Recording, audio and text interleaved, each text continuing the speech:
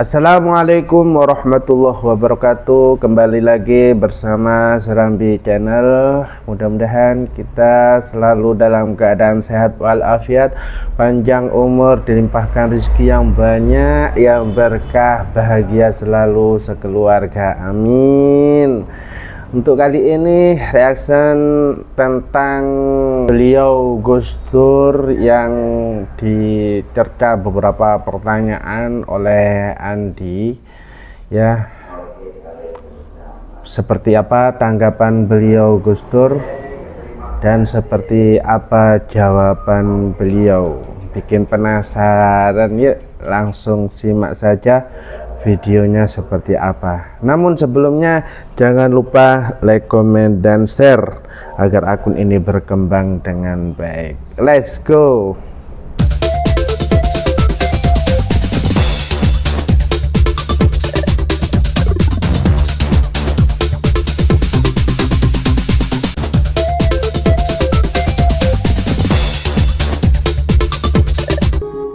Bismillahirrahmanirrahim. Simak ya videonya. Gus Dur secara paksa melalui sidang istimewa MPR pada tanggal 23 Juli tahun 2001. Apakah benar sampai saat ini Gus Dur belum menerima pencopotannya secara paksa tadi? Loh.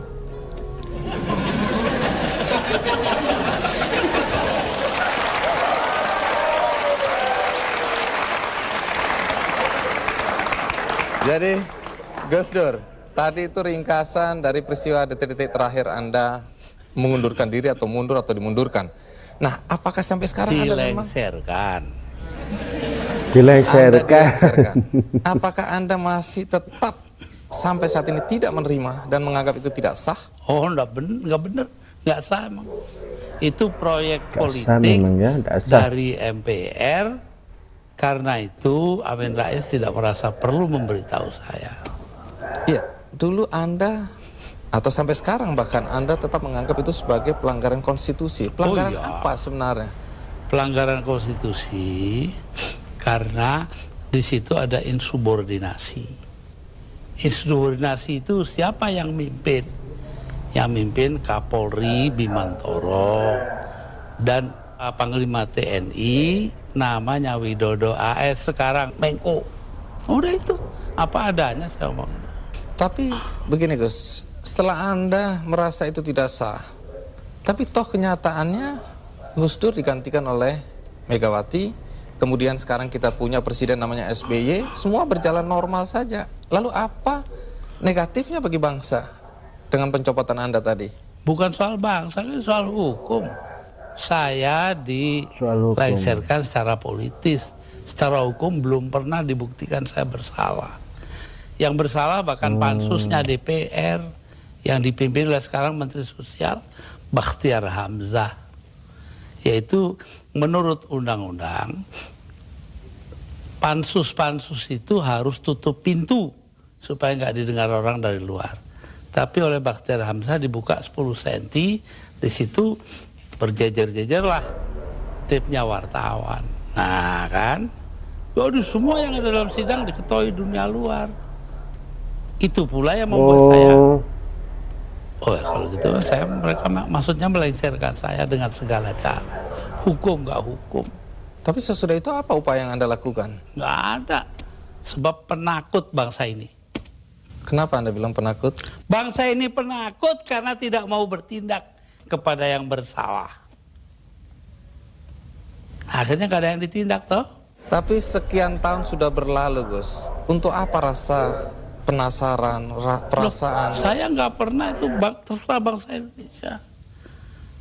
Saya itu memaafkan semua sampai istri saya marah kepada saya karena saya pergi ke rumah Megawati.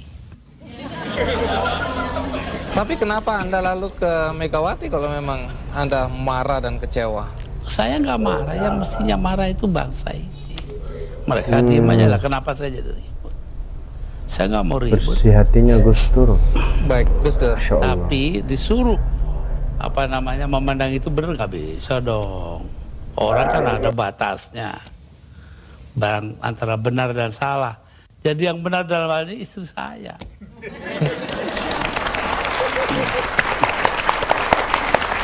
Tapi kenapa Gus Dur nggak mau nurut Tanya sama dia, istri? jangan tanya saya dah. 300.000 orang, Mas, tanda tangan supaya saya jangan berhenti jadi presiden, tahu? Tapi saya bilang, daripada bangsa ini pecah dalam pertempuran, darah mengalir karena saya, mendingan saya lengser aja deh. Nah itu. Tapi omongan ini kan dibilang omongan ngawur, Gus. Karena faktanya ketika Anda bilang nanti jutaan orang akan datang masuk Jakarta, orang-orang dari Jawa Timur. Begitu Loh, ditunggu-tunggu nggak datang. Saya yang nahan kok. Oh, yang nahan Gus Dur, jadi nggak boleh datang Jadi ya. kalau nggak ditahan sama Gus Dur, datang lah beneran itu ya. Bukan begitu, artinya tetap saja kebenaran kita pertahankan, tapi sikap kita itu jangan sampai bangsa ini perang saudara. Dan itu pengorbanan Anda. Orang saudara. Ya, bagi saya bukan korban, biasa aja. Nah, satu pemandangan yang kurang elok, Gus.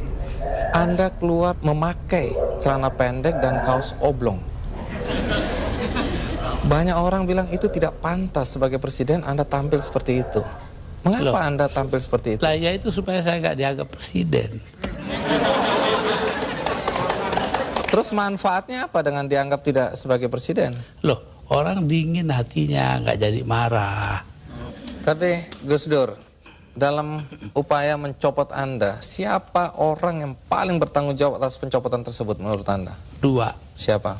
Amin Rais dan Megawati. Mengapa? Hah? Tanya sana dong, kok tanya.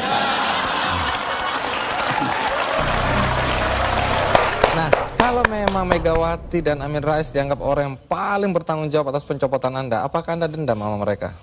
Lah, ngapain dendam Mama Amin?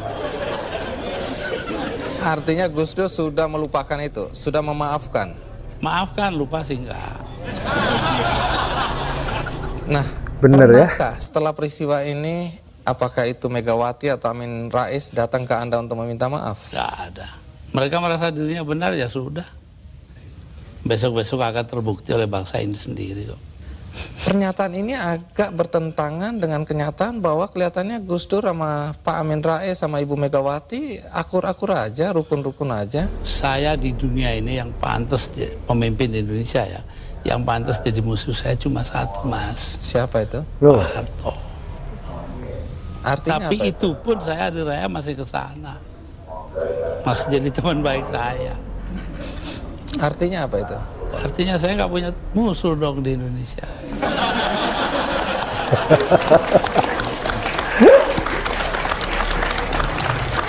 Ada satu hal, kita banyak mendengar bahwa teman-teman dekat Anda dulu menyesalkan kenapa Anda jadi presiden. Anda sebenarnya lebih layak menjadi guru bangsa, nggak usah ikut campur dalam perpolitikan yang nggak jelas itu. Saya diperintah oleh 5 orang sesepuh saya. Itu saja, kalau mereka memerintahkan apa saja masuk api. Tanpa perlu berpikir. Tanpa perlu berpikir. Kenapa begitu? Loh, Selain saya sesepuh ini itu, orang pesantren disuruh nurut orang tua. itu nggak bisa ditawar itu, Gus. Nggak bisa ditawar. 5 orang itu, saya nggak sebut namanya.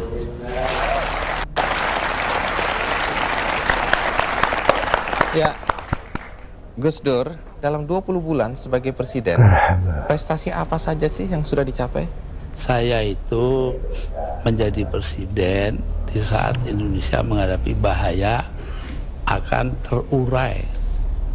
Kelompok-kelompok separatis ada di mana-mana. Jadi saya berangkat keliling-keliling dunia itu 80 kali dalam 20 bulan. Jadi 4 kali 1 bulan. Itu tugas saya cuma satu. Apa? Yaitu membuat supaya integritas wilayah Indonesia ini tetap. Itu aja, nggak ada pikiran lain loh saya. Tapi ada yang menuduh. Dan ternyata berhasil toh. Kita tetap satu negara hari ini. Jadi Gus Dur merasa itu karena jasa Gus Dur. Bukan, artinya tugas saya begitu. Perkara saya berjasa itu adalah soal kedua. Tapi ada yang menuduh bahwa Gus Dur ini sebenarnya menggunakan aji mumpung. Mumpung jadi presiden, dibayarin negara, keliling jalan-jalan. Alah, nanti sejarah akan membuktikan. Tapi Gus Dur, perjalanan Anda itu menelan biaya sampai 52,7 miliar. Ya, tapi eksistensi Indonesia sebagai satu negara harganya jauh lebih tinggi. Jadi nggak bisa dipersoalkan itu biaya. Nggak bisa dipersoalkan. Loh, kalau enggak kan udah dipakai oleh orang-orang brengsek itu.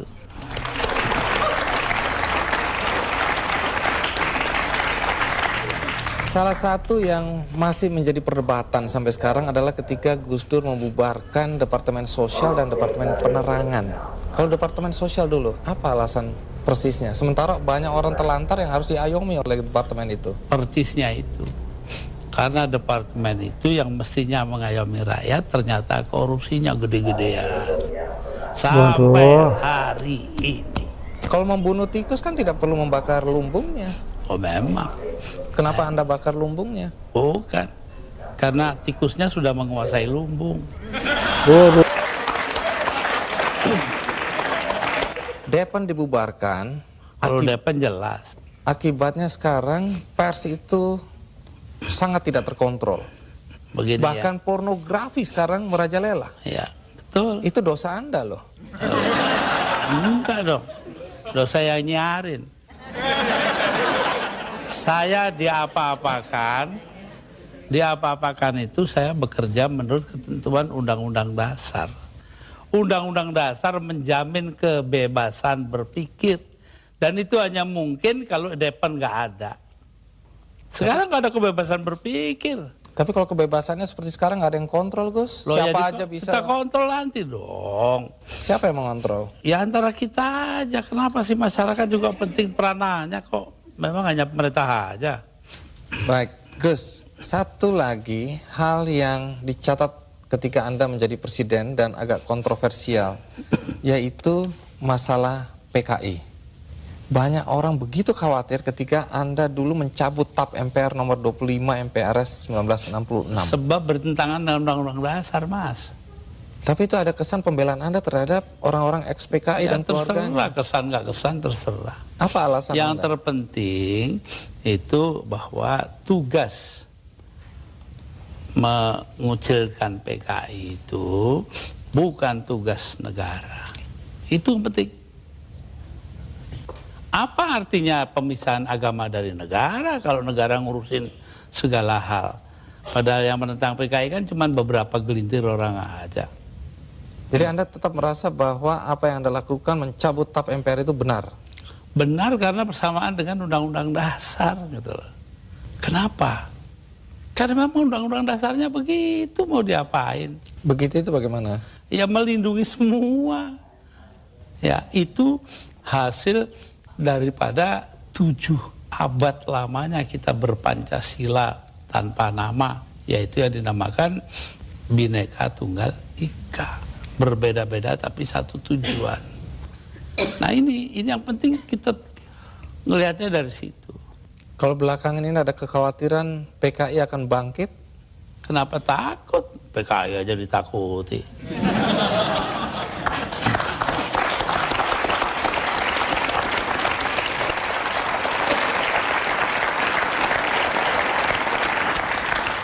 Gus Dur, di antara banyak statement Anda atau pernyataan Anda yang dianggap ngawur, dianggap nyeleneh, ada satu yang dicatat dan dianggap serius, yaitu ketika Anda berada, kalau nggak salah di Italia, Anda menyatakan bahwa pernah suatu ketika Faisal Tanjung, waktu itu Panglima ABRI, diminta untuk menghabisi Anda.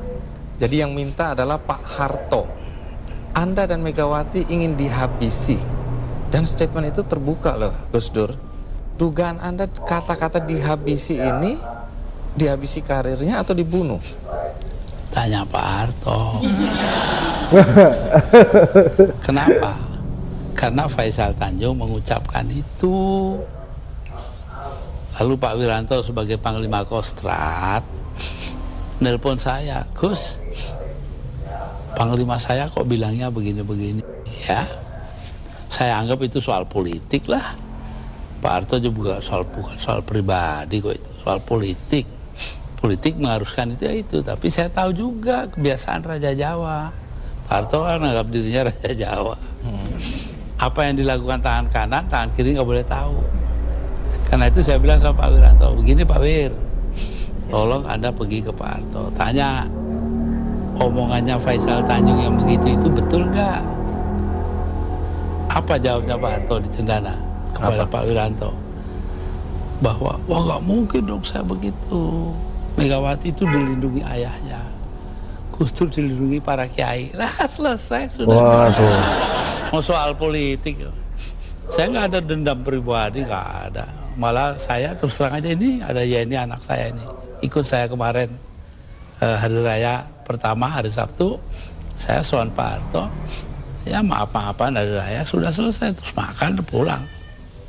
Iya, tapi ini kan untuk meluruskan sejarah, jangan sampai orang salah paham mengenai ini. Pak Faisal Tanjung juga secara terbuka mengklarifikasi bahwa tidak pernah ada itu. Jadi apa yang Anda kalau bilang? Pak Wiranto dong, dia mengatakan Pak Wiranto bohong. Anda bilang ada operasi naga hijau, naga merah, itu kan orang memang bilang. Ya begitu saya dengarnya kok. Gus Dur ini ngarang-ngarang aja. Ya saya nyatanya nanti sejarah akan buktikan betul tidaknya itu. Tapi Gus Dur sendiri pernah datang ke Pak Harto untuk mengklarifikasi ini? Nggak perlu ngapain. Tapi dari penjelasan Pak Wiranto memang Pak Harto bilang tidak pernah ada karena tadi itu ya. Kayak kemarin ini, saya ke tempatnya Pak Harto. Sepulang saya dengan suara terbata-bata karena Pak Harto itu sudah banyak lupa. Itu ngomong kepada para ajudannya. Ngomongnya apa? Saya pengen ngomong dengan Gus Dur panjang-panjang tapi nggak bisa. Itu tuh. Coba. Kenapa nggak bisa? Ya karena dia pelupa itu, terbanyak gak lupa. Pak Harto itu orang pinter loh. Jasanya bagi bangsa ini besar sekali walaupun dosanya juga besar.